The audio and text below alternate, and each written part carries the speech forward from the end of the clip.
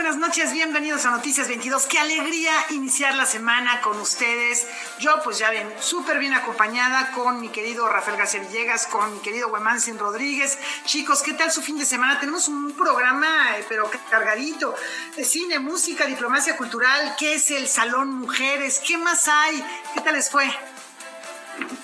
Muy bien, Laura, ¿qué tal? ¿Cómo estás? ¿Cómo están, amigos de Noticias 22 y de Canal 22? Pues movido, sí, el fin de semana, insisto, estamos en un momento en el que se concentra buena parte de la actividad artística, cultural en nuestro país año con año, y ahora con la pandemia pues se ha concentrado un poquito más, y todo de ello tenemos cuenta aquí en Noticias 22, aunque comenzamos con una mala noticia, ¿no es así, Rafael? Así es, mi estimado Hueman, ¿cómo estás? Muy buenas noches. Hola Laura Regis, en la traducción de lenguas de señas mexicana. Gracias por acompañarnos esta noche. Y en efecto, se fue una de las figuras fundamentales de la cultura de nuestro país, un hombre comprometido no solo con la creación artística, sino también con su tiempo. Y me refiero a Víctor Flores Olea, falleció a los 88 años de edad, académico, ensayista, diplomático y además el primer presidente del Consejo Nacional para la Cultura y las Artes, que esta noche así lo recordamos.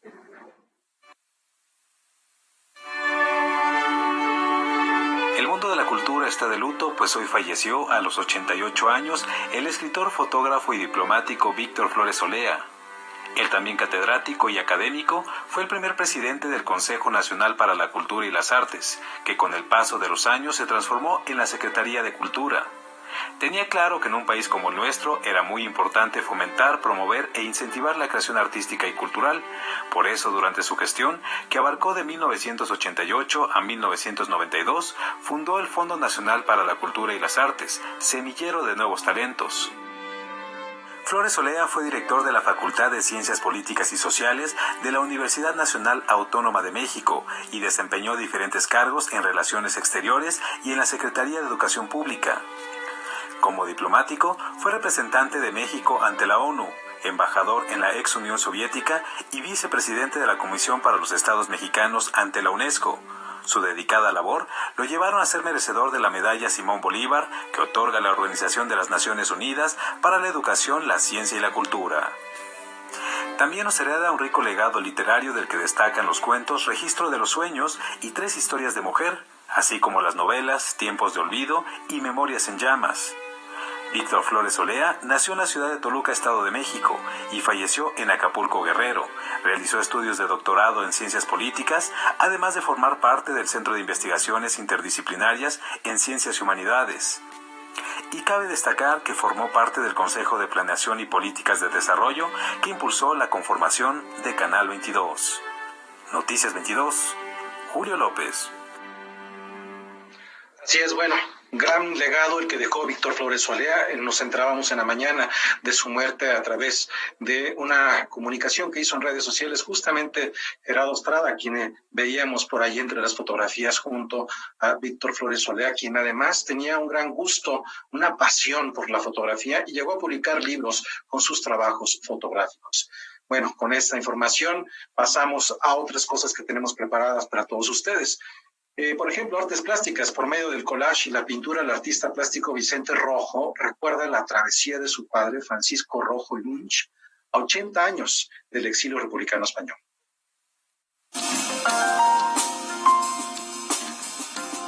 En el verano de 1939 llegaron al puerto de Veracruz 3 expediciones marítimas de refugiados españoles.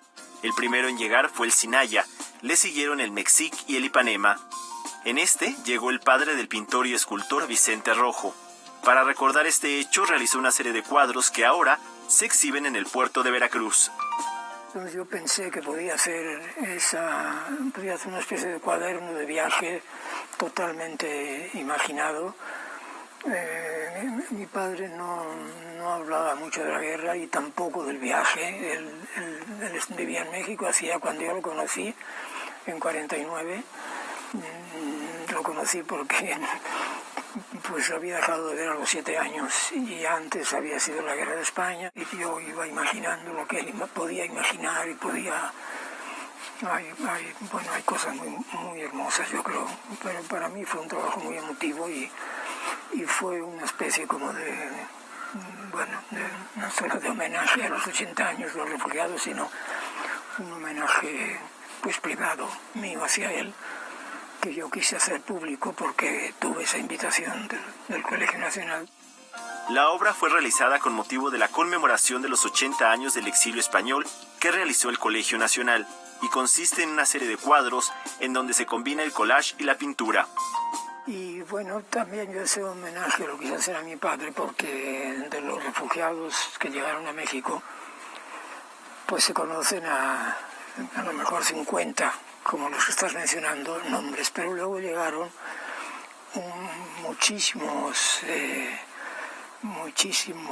refugiados que no tenían esa capacidad para reconocer su nombre y su tarea, ¿no? Y mi padre fue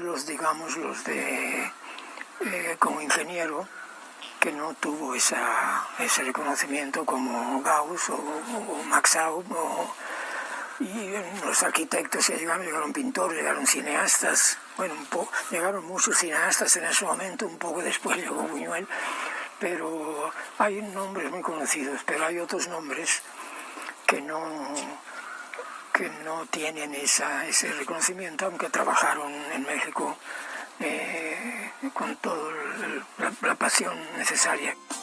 La obra, reunida en la Galería de Arte Contemporáneo de la Unidad de Servicios Bibliotecarios y de Información Veracruz Boca del Río de la Universidad Veracruzana, nos permite ver cómo el pintor se permite experimentar con los materiales.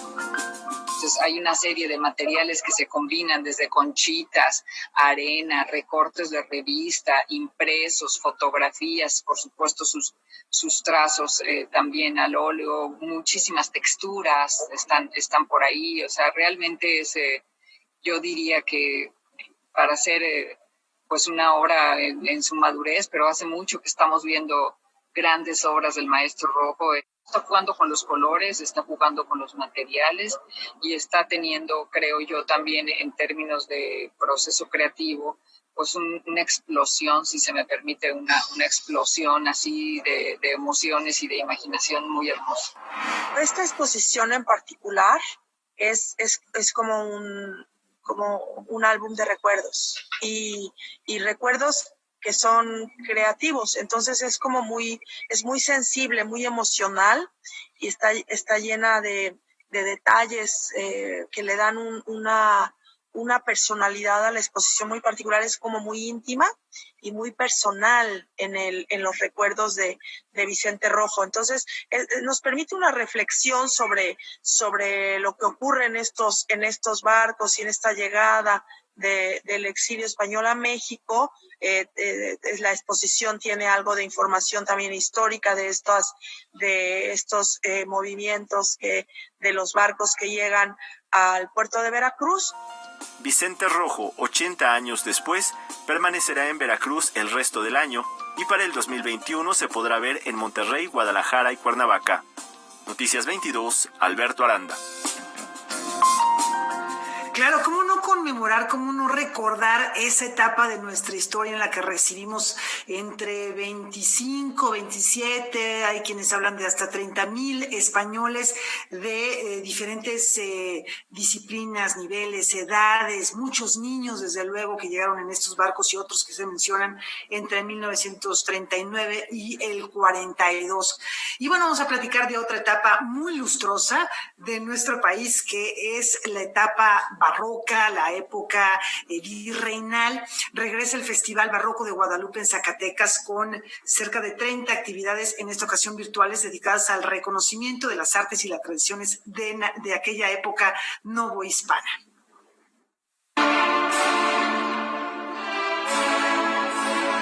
Con el objetivo de estudiar y difundir la historia, artes y tradiciones del periodo novohispano, del 23 al 29 de noviembre se celebra la 19ª edición del Festival Barroco de Guadalupe en Zacatecas. El evento, que nació hace casi 2 décadas con la inquietud de realizar actividades culturales en el antiguo Colegio de Propaganda FIDE de Nuestra Señora de Guadalupe, hoy Museo de Guadalupe, se realiza este año a puerta cerrada con transmisiones en vivo. ¿Cómo vincular el arte novohispano, lo barroco, ¿no? Y hacerlo de una manera diferente? Y en ese sentido nace esta idea de crear un festival barroco en el cual pues estuviera presente la música, la gastronomía, las actividades que hace el área de comunicación educativa. Dedicado a difundir el periodo artístico-cultural de los siglos XVI al XVIII, el festival presenta desde una de las pinacotecas más importantes del país un programa de más de 30 actividades de carácter académico y artístico.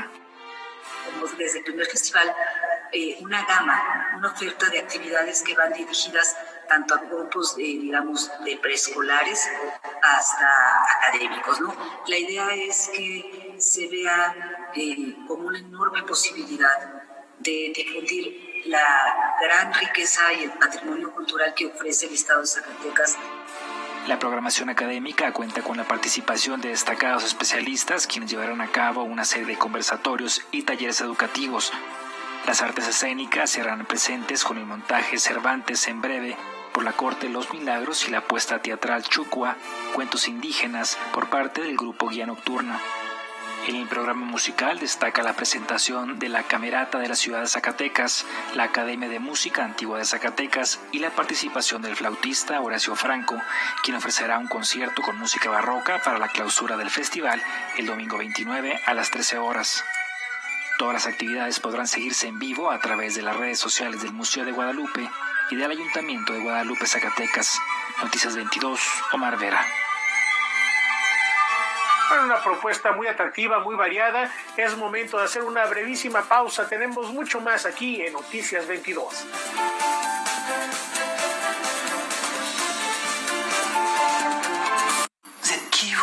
Olivier, un agente inmobiliario, está pasando por un mal momento.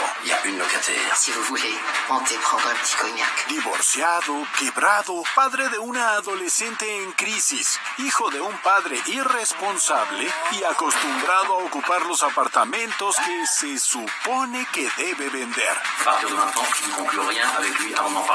C'est mon immeuble. Je vais y rester jusqu'à ce que vous dégagiez. Qu'est-ce que tu fous ici? El agente inmobiliario, una serie del escritor israelí Edgar Keret. Estreno, domingos, 21 horas. Durante 30 años, el INE y la ciudadanía hemos compartido una gran causa: organizar elecciones libres y auténticas. Y en 2021 tendremos un nuevo reto para seguir construyendo la democracia: las elecciones más grandes de la historia. Ven y trabaja como capacitadora o capacitador asistente electoral. Inscríbete en INE.mx. Contigo y el INE, contamos todas, contamos todos.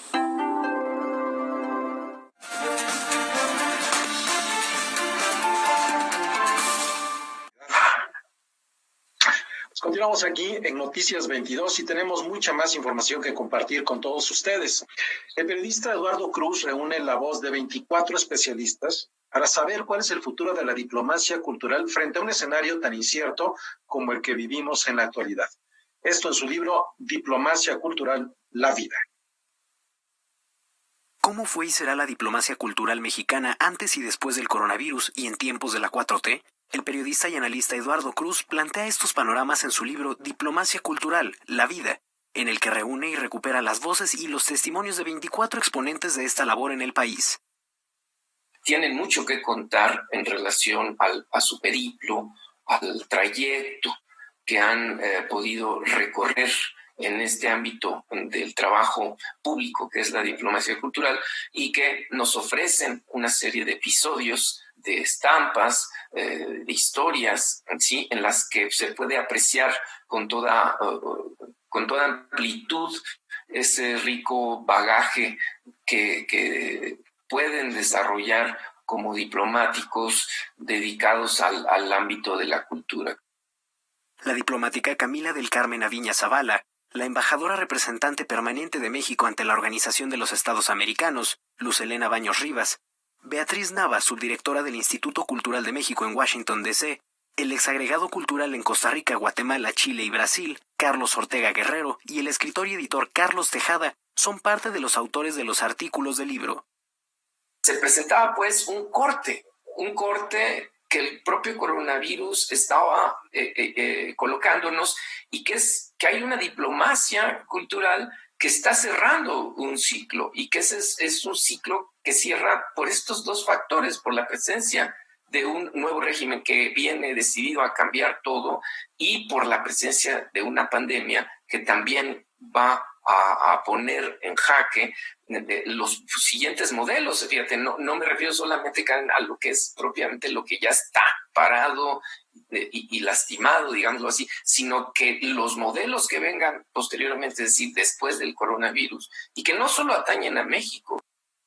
La publicación, editada por la Universidad Autónoma de Nuevo León, es el segundo volumen en la bibliografía del autor que aborda esta temática y que se suma al libro Diplomacia y Cooperación Cultural en México, una aproximación, publicado en 2007. Con información y texto de Karen Rivera, Rodrigo Peredo, Noticias 22. Bueno, Eduardo Cruz Vázquez tiene toda una vida justamente poniendo la cultura en el centro de la discusión desde el punto de vista de la gestión, de la economía y claro, de la diplomacia, donde tenemos mucha tela de donde cortar, nada más pensar en Paz, en Fuentes, en Reyes, como grandes de la diplomacia mexicana, y de ahí en adelante pues es grande la responsabilidad que tenemos en ese apartado.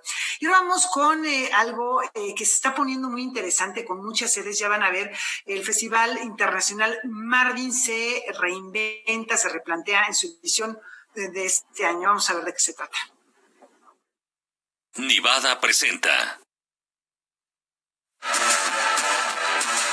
A 10 años de su fundación, Marvin, Festival Internacional de Música, Cine y Arte, Talento Emergente y de Culto, se reinventa para llevar a cabo a su público la versión número 9.5. Aprovechando la virtualidad, el evento de 3 días cambia su sede del circuito Roma Condesa hacia distintos puntos del mundo. Esta edición del festival, al no poder hacerla tal cual con la gente, ya nos dimos cuenta que pues no había una necesidad tampoco de que el festival fuera en la Ciudad de México, si la gente no iba a venir aquí. Y eso nos abrió la pauta de, como los artistas no pueden venir aquí, la gente no puede venir aquí, pues mejor vamos nosotros a donde están los artistas, y hemos montado 6 escenarios por el mundo, en Buenos Aires, Gotemburgo, Sevilla, Madrid, Ciudad de México y Monterrey. Del 26 al 28 de noviembre, a través de live stream gratuito, el festival presentará una serie de conferencias y talleres sobre la industria musical, un programa de comedia stand-up, fiestas de escucha y una serie de presentaciones musicales. Lo que hicimos fue montar una plataforma. En esta plataforma la gente va a poder hacer varias cosas, ¿no? Primero se registran y luego de ahí van a tener una señal de transmisión donde van a ir apareciendo los conciertos, que van a ser showcases cortos. Estamos intentando hacerlo lo más interactivo posible, breve, y que la gente pueda conocer un montón de bandas y ver a sus bandas favoritas también, pero en un periodo corto de tiempo, ¿va? Entonces en la plataforma la gente va a poder ver estos conciertos de las bandas y van a tener un montón de botones donde va a haber juegos, salones de chat, va a estar la agenda con los contenidos y se van a ir subiendo los shows que ya pasaron a una galería por si te perdiste algo, ¿no? El line-up de este año está compuesto por una gama de géneros musicales más amplia que en las ediciones pasadas, con artistas como el compositor argentino ganador 2 veces del premio Oscar Gustavo Santaolalla, la DJ británica Faithless, la banda española rock punk El Columpio Asesino y el rapero estadounidense CeeLo Green, entre otros, además de los ganadores del concurso de rock nacional #Tu Banda en Festival Marvin. Estamos en este momento cerrando una convocatoria de música de bandas a través de la aplicación Sonar App. Ya se anunciaron los 10 finalistas y 2 de esas bandas van a ser las ganadoras y van a tocar en vivo desde el foro que tenemos en la Ciudad de México. El Festival Marvin 9.5 se llevará a cabo desde la plataforma 9.5 y con señales espejo a través de Twitch y Amazon Music México. Para registrarse al evento, visite la página oficial y las redes sociales del festival. Noticias 22, Omar Vera. Y en otros temas, Splash Morales analiza las complicaciones que puede traer el trastorno por déficit de atención. ¿De qué les estaba platicando? No es cierto. Con hiperactividad a través del teatro y la poesía. Esto para descubrir cómo lo hacen. No nos podemos perder la presentación de Falling at Adulthood. Vamos a conocerla. En 2018, la estudiante mexicana Splash Morales se graduó en drama y estudios de cine en la Universidad de Kingston de Londres. Ahora estudia la maestría en guionismo en la Escuela de Cine de la capital británica. Hace 2 años escribió Failing at Adulthood, pieza que ha sido seleccionada para participar en la Jornada Latinoamericana del Actors Center, organización establecida en 1978 con el objetivo de apoyar el talento actoral. Failing at Adulthood se inspira en el trastorno de déficit de atención con hiperactividad que Splash y su madre comparten. Y cómo afectaba como mi comportamiento con mi mamá y cómo ella, teniendo como el mismo diagnóstico, reaccionaba a eso, y la empatía que causó en ella tener una hija con también trastorno de déficit de atención con hiperactividad. Mezclo poesía y bueno, está en orden cronológico de cómo voy creciendo. Es solo una persona, entonces soy yo en el escenario, y cambio como entre mi mamá y yo, el psiquiatra y yo, y otros personajes. Con Red Light, A Journey to the Moon, su primera obra, Splash Morales ha recorrido los festivales Fringe de Edimburgo y el Barnstaple Fringe Festival. Ahora, con Failing at Adulthood, realiza una adaptación de la pieza para su transmisión vía streaming. Lo más difícil fue como saber cómo lograr que se siguiera viendo como lenguaje teatral, pero que también fuera de alguna forma un lenguaje audiovisual como el del cine. Entonces, a la hora de cambiar de personajes, a la hora de integrar la poesía, hay como ciertos montajes que tuvimos que poner para que el lenguaje fuera como más acomodado a cine, digamos. And do not speak to me like that. I didn't go to school with you. I'm still your mother. I don't need help. I just need to try hard. Splash habla de la presencia de la dramaturgia joven, particularmente extranjera en el Reino Unido. Sobre todo yo creo que he visto teatro contemporáneo y teatro extranjero, digamos. Lo he visto más en festivales de teatro que en puestas en sí, en la capital, o por ejemplo, sobre todo he visto como mucha diversidad en teatros pequeños, en avenidas como más personales. Entonces, siento que hay mucho talento y hay muchas creaciones, pero falta que tengan como una temporada más fija, por ejemplo. Failing at Adulthood se presenta en línea a través del sitio web del Actors Center hasta el 29 de noviembre. Noticias 22, Víctor Gaspar. Vamos a hacer una pausa. Antes de ella, hacerles una cordial invitación. Como cada lunes, Javier Aranda Luna comenzará la semana en Debate 22. A las 9 de la noche recibirá a la senadora Susana Harp para dar seguimiento al tema de la apropiación cultural. Esto luego de la polémica sobre la colección de la diseñadora francesa Isabel Marant, donde utiliza el arte de la comunidad purépecha. ¿Se trata de un homenaje o de un robo de los diseños indígenas de México? No se lo pierda. Hoy, terminando Noticias 22, Debate 22. Una pausa y continuamos con más información.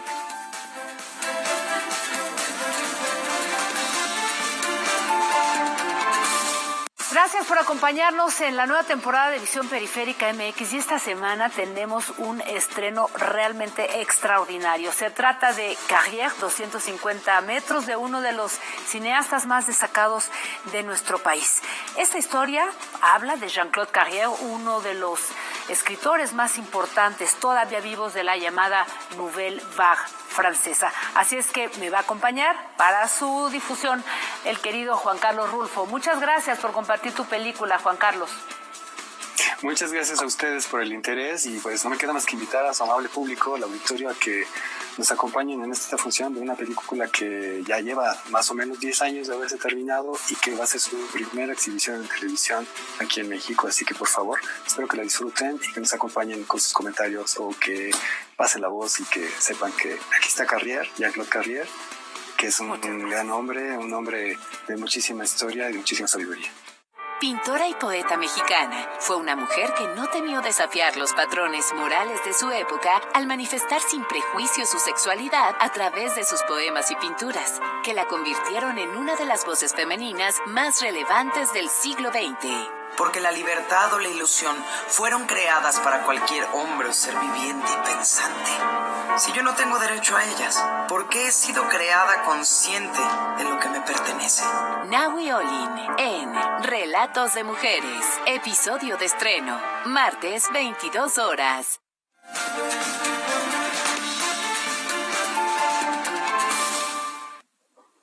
Comenzaron las actividades del Festival Internacional de Cine en Guadalajara. Una de las películas que compiten en el encuentro es Corazón de Mezquite. Julio López platicó con su directora.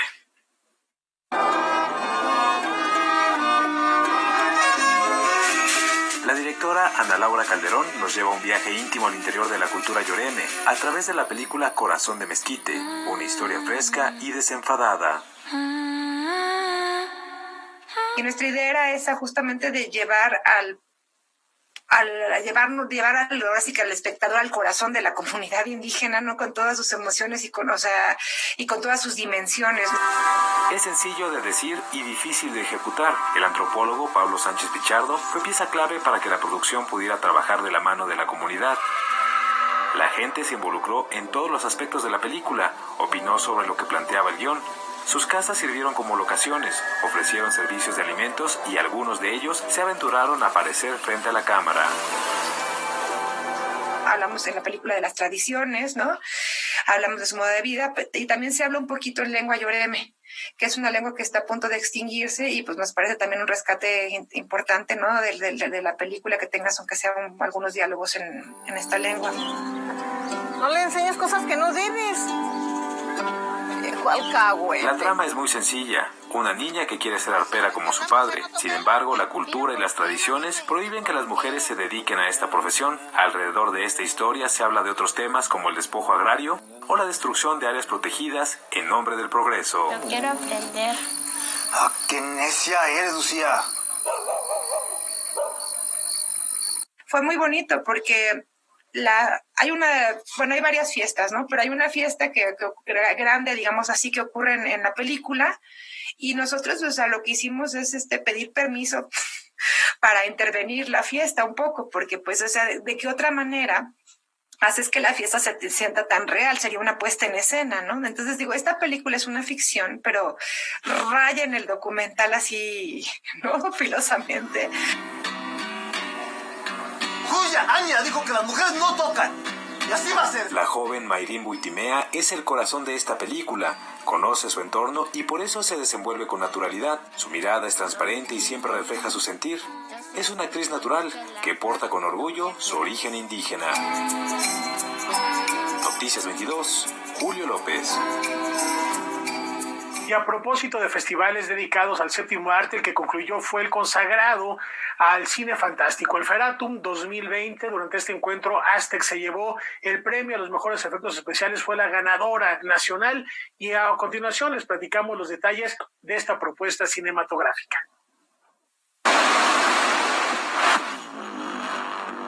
No pudo con su camino.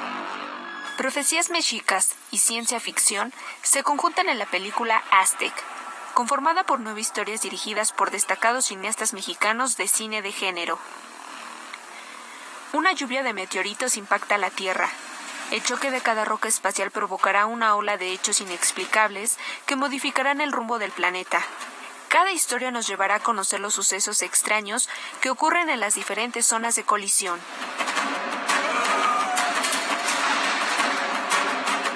La diversidad de los segmentos en Aztec creo que es algo verdaderamente destacable. Vamos desde una ópera espacial que no se había realizado en México en muchísimos años, y creo que tendrán oportunidad de verla para apreciar, ¿no?, el trabajo extraordinario que se puede lograr con talento 100% mexicano, con gran creatividad. Los siguientes dioses han sacrificado el ser más puro de cada ciclo. En la película participan Gigi Saúl Guerrero, Leopoldo Laborde, Francisco Lares Goiti, Alejandro Molina, Jaime Jasso, Fernando Campos, Ulises Guzmán, J. Javier Velasco y Rodrigo Ordóñez. Todos le imprimieron su sello particular a cada segmento, pues tuvieron libertad creativa.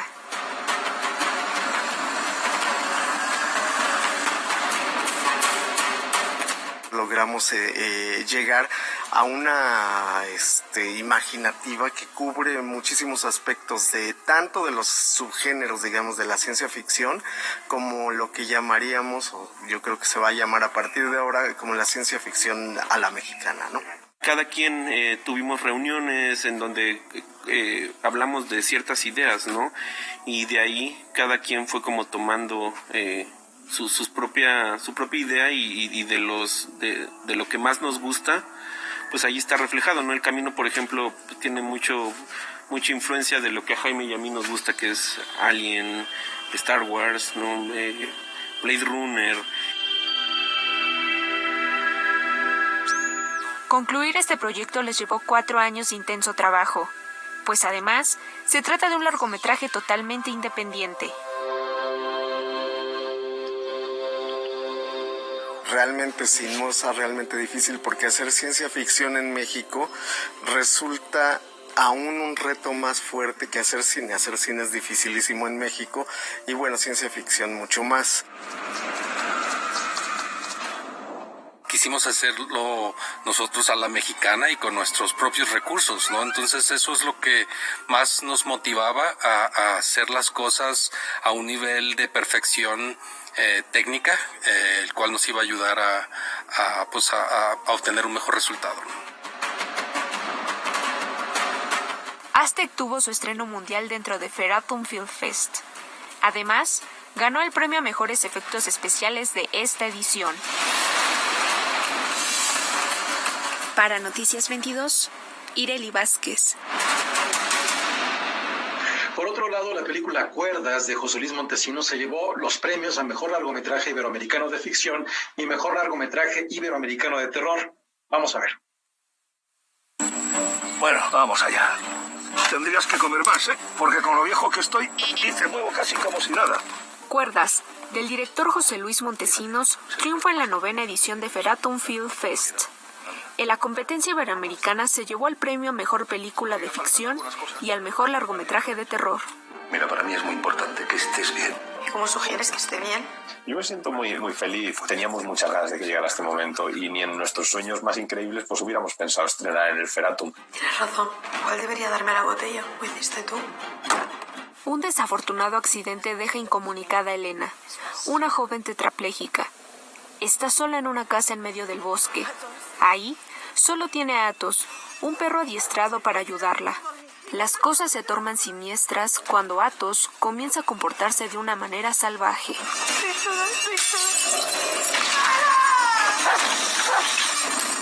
A mí siempre me han intrigado los personajes supervivientes. Lo que más me llamó la atención de dirigir esta película es empezar con un personaje que no tuviera ganas de vivir y acabar con un personaje que hiciera lo contrario, ¿no?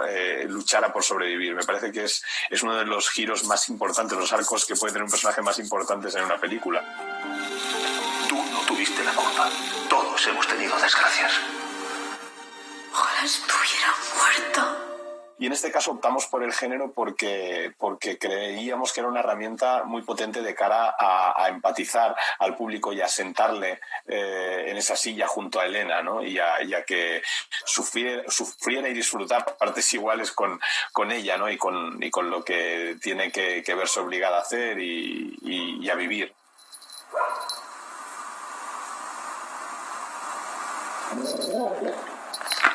El largometraje se desarrolla en una sola locación con pocos elementos, pero muy bien estructurados. Pues Elena no solo lucha contra un perro rabioso que busca terminar con su vida, también enfrenta los fantasmas de su pasado que la han llevado a pensar en el suicidio.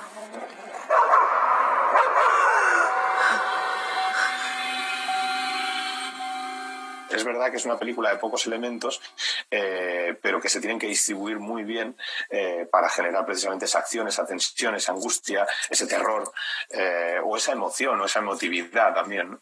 Y eso yo creo que fue el principal reto. Luego ya tienes otro tipo de retos, como es el trabajo con animales, que tienes que saber hacerlo, tienes que saber ser paciente, tienes que saber aprovechar pues lo que ese animal cuando está jugando te puede dar, ¿no? Como en la historia y que te puede aportar el personaje. Cuerdas obtuvo 14 candidaturas en la pasada entrega de los premios Goya, que reconoce lo más destacado al cine español. Aún no se sabe si tendrá distribución comercial en nuestro país. Para Noticias 22, Ireli Vázquez. Ojo con lo que deseo. Bueno, pues ojalá encuentren distribuidor, porque bueno, ya nos las mostraron y pues ya dieron ganas de ver esa película. Se ve realmente enigmática, perturbadora. Tenemos una pausa. Al regresar, estamos invitados a Salón Mujeres. Volvemos.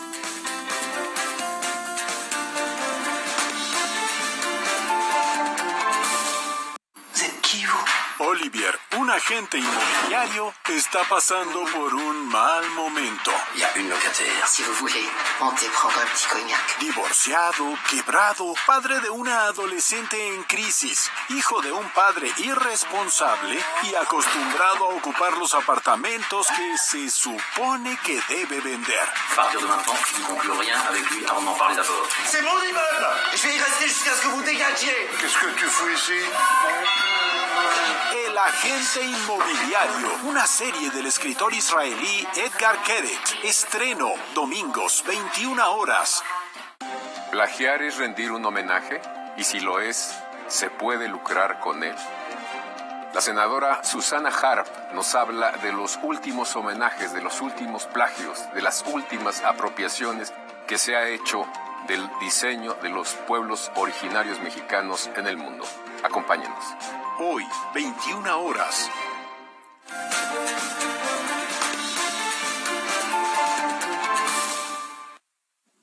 Bueno, ya lo anticipaba Laura, más de 70 mujeres dedicadas al arte y la cultura conforman el grupo Salón Mujeres. Tiene sede en Los Ángeles, en París y en la Ciudad de México. Como parte de las actividades del Salón de México, este año nuestro consulado en Los Ángeles acoge la muestra Libro Rojo, un proyecto en el que artistas, curadoras, promotoras culturales, creadoras de diversas disciplinas se reunieron para compartir sus sueños y representarlos. Este ejercicio, encabezado por la artista Mercedes Hertz, invita a hacer un análisis del inconsciente inspirado en el Libro Rojo del psiquiatra Carl Jung. En su Libro Rojo, el psicólogo suizo Carl Gustav Jung utilizó 3 herramientas: la asociación de palabras, la amplificación y la imaginación activa para explorar su inconsciente a través del contenido de sus sueños. Inspiradas por este proceso, 2 colectivos de mujeres, el Women's Salon de Los Ángeles y el Salón México, exploraron su propio inconsciente a través de las imágenes de sus sueños. El resultado es un libro de artista, su propio libro rojo, que relata e ilustra sus sueños y cómo los han procesado durante este año de pandemia. Mercedes Hertz, artista y psicóloga, nos invita a un recorrido por las obras que se exhiben en el Consulado de México en Los Ángeles. El trabajo que hicimos durante este año surgió de que queríamos dar un espacio a poder trabajar con sueños, trabajarlos con este principio junguiano, que había 3 ejercicios que estábamos constantemente trabajando. Pero realmente lo que estábamos haciendo era que nos estábamos llegando a conocer de una manera muy profunda y que también estábamos como fortaleciendo los vínculos entre el grupo de mujeres que estábamos trabajando. Mercedes realmente es una artista que tiene una búsqueda profunda sobre los arquetipos, sobre los cuentos de hadas, sobre los mitos, y ella fue de viaje y vio el original Libro Rojo de Jung y trajo la idea de que podríamos todas trabajar en un sueño y de alguna manera transformar nuestras reuniones en una especie de búsqueda personal, pero al mismo tiempo que personal, que eso es lo importante de este método. Lo personal se combina con lo creativo y en el momento que se combina con lo creativo, deja de ser tan personal. Entonces, como que trasciendes tu historia individual y se volvió más una historia del grupo. Que los sueños a todos siempre nos inquietan, siempre son fascinantes. Para mí han sido material fundamental en el psicoanálisis. Yo resolví desde muy joven una serie de enigmas vitales para tener mejor calidad de vida gracias a los sueños. Y hoy en día tal vez por la pandemia, tal vez por el encierro, se ha reactivado este inconsciente que está permanentemente capturando todo lo que sucede a nuestro alrededor. El proceso que Mercedes Gertz facilita, es que realmente todos podemos expresarnos si nos ayudamos unas a otras, si estamos realmente como soportando los procesos creativos de cada una. Es un proyecto muy plural porque cada una se ha manifestado precisamente a través de su herramienta, de la herramienta que le es como más útil y más fácil de expresión. Y es una conexión con tu pasado, pero también con lo que puedes imaginar que es el futuro que tú misma puedes crear. Entonces esa fue una transformación muy grande gracias a ese proceso de compartirlo. Como es un proceso también de tiempo, ir viendo esa transformación que va sufriendo la persona a través también de estar haciendo una pieza es fantástico. ¿Qué es lo que le pasó a Jung?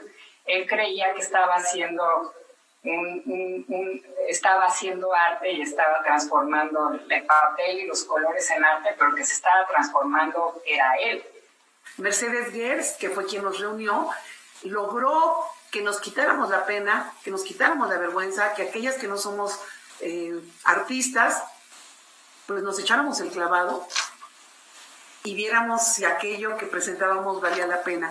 Tenemos mujeres que son artistas plásticas, pero también hay mujeres que son escritoras, que son curadoras o que son también gestoras culturales. Entonces queríamos darle un espacio para que absolutamente todas pudieran transformar su sueño con el medio, que ellas se sintieran a gusto, ¿no? Pero también lo que empezó a suceder es que los procesos de cómo estas imágenes del inconsciente se fueron volviendo piezas de arte era tan interesante que dijimos, bueno, pues es que tiene que haber un récord de estos procesos. Entonces empezaron a hacer pequeñas películas. El proceso creativo y el proceso de introspección a través del sueño está todo documentado. Además de que está una obra. Entonces yo creo que ese es el hacia afuera.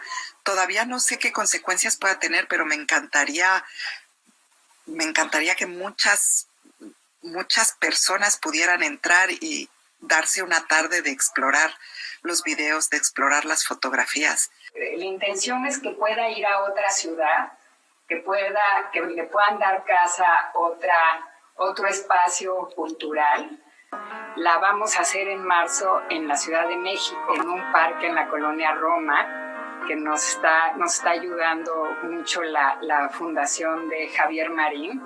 Y ahí vamos a abrir una convocatoria, no solamente a mujeres, pero sino también a hombres, porque ha sido una pregunta que nos han hecho mucho. Los hombres, ¿por qué no los invitamos a platicar de sus sueños? Y tienen toda la razón, porque ese es un lenguaje que viene de lo intuitivo. Entonces, qué bonito poder estar en un grupo con hombres hablando a ese nivel. Mi agradecimiento a Mercedes Gertz por habernos dado la oportunidad de hablar desde el inconsciente. Un homenaje a Jung y un homenaje a Freud, a este hombre que a muchas y a muchos nos ha salvado la vida. Noticias 22, Guadalupe Alonso. Y vamos a continuar con esos secretos de la mente. Mercedes Gertz, Diana Magalón y Carmen Gaitán nos platican su sueño y cómo lo representaron. Enseguida, que soñaron estas tres mujeres dedicadas al arte. Mi pieza es una mujer que va a una fiesta y que no se queda, como que no se siente muy acogida por la fiesta, pero entra por una casa y entra a un pasillo y ve un hoyo y se acaba echando un clavado a un hoyo, ¿no? Y en el hoyo se encuentra como una especie de individual, como listo para estar en una mesa, y acaba estando como una niña. Y hay otra parte anterior donde hay como una galería blanca y hay una falda muy suntuosa que podría ser como de Frida Kahlo, y una herramienta que es como una espátula que como que se mete adentro de la falda. Tengo como mucha cercanía al cuento de Alicia en el País de las Maravillas. Entonces el caerse por un agujero es algo que he pintado muchas veces. Lo que me interesaba mucho era el tener las herramientas a la mano y en mi casa me encontré con este juego de cubiertos y ese individual, y me encontré justamente el espátula. Entonces ahí hay como material que no me atrevo a decirte qué quiere decir, porque así son los sueños.